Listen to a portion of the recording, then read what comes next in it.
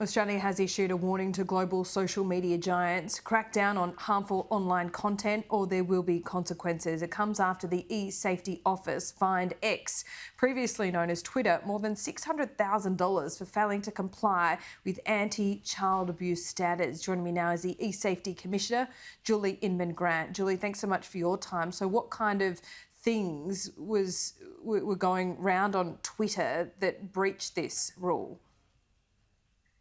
Well, under the Online Safety Act, the basic online safety expectations, transparency powers give me the ability to ask companies simple questions about what they're doing to keep their platforms safer online. Of course, we wanted to focus on the highest risk, highest harm forms of online abuse and illegal content, and specifically child sexual exploitation, sexual extortion, which is targeting Australians between the ages of 14 and 24, as well as harmful algorithms. Now, we've been asking these companies questions voluntarily for years, and we haven't been given the answers. So, what these powers enable me to do is ask very specific questions, and these companies have to respond to us in the manner and form specified. Now, we originally gave them 35 days, but we ended up going back and forth about 7 months to finally get the information, or in fact, in the case of Twitter and Google to a certain degree, incomplete or inaccurate information to the questions we answered.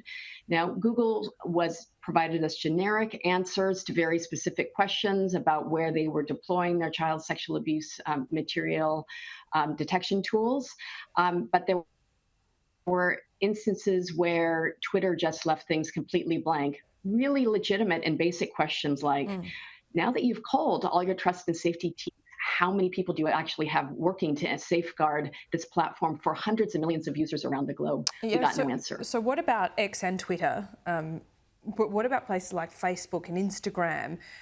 If this is happening at Twitter, how widespread is this on other platforms then? And do you suspect they have the ability to control this, or is it just so unwieldy that it is really not policed at social media companies like this? Well, we've actually issued 13 notices to the major companies across the world, ranging from Meta, which owns WhatsApp, Facebook, and Instagram, Microsoft and Skype, as well as Apple, Snap, and then the 5 companies in this round. I say countries because they are as powerful and wealthy as some countries. So sorry for the mistake, but none of them are doing, first of all, what they say they're doing. You will see these platitudes about, zero tolerance for child sexual exploitation. And the technologies have been around for well over a decade to be able to safely and in a privacy enhancing way scan for known child sexual abuse material. And this has been the subject of 2 years of negotiations with these same companies around mandatory codes and standards.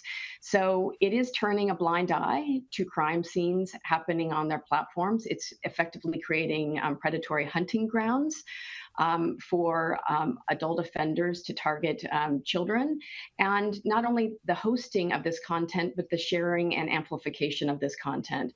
So we need to ask companies to be more transparent so that we know what they are and are not doing, more importantly, and then we will have to use our other powers and work with other governments to actually get them doing what they should be doing. Just as car manufacturers embed seatbelts, or we've got food safety standards or surge protection on electrical goods, technology industry needs their seatbelt moment, and they need to be dealing more effectively with illegal content like child sexual abuse.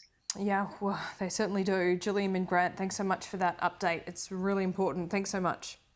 Thank you.